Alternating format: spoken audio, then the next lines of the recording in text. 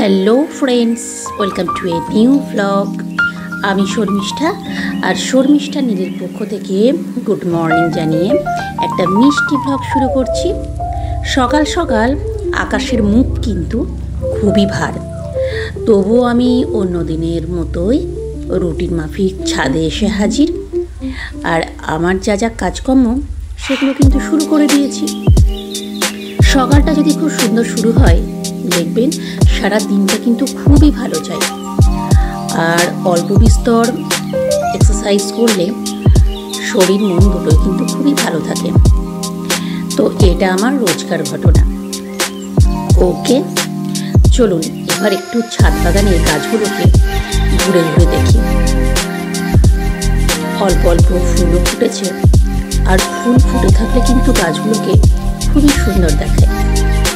তাছাড়া পুজোর সময় ফুল কিন্তু অবশ্যই দরকার, মানে অল্প একটু ফুল না হলে কিন্তু কোনোভাবেই চলে না। এবার আমার ফুল তোলার পালা।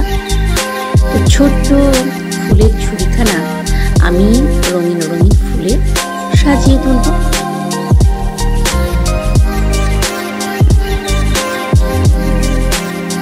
ফুল তোলা কমপ্লিট, দেখুন কতটা সুন্দর লাগছে। ওকে, এদিকে নীলবাবু কিন্তু একদম রেডি হয়ে গেছে, বসে পড়েছে।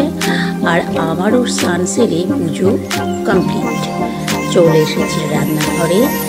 এখন গরম গরম চা, তার সাথে চুমুক দিতে দিতে গল্প হবে, কারণ সামার ভ্যাকেশনে আর অল্প কিন্তু ছুটি হাতে রয়েছে। তো তিনজনে এখন বসে বসে একটু গল্প করবো, আর চা তো খাওয়া চলবে। তারপরেই কিন্তু শুরু হয়ে যাবে অন্যান্য কাজকর্ম।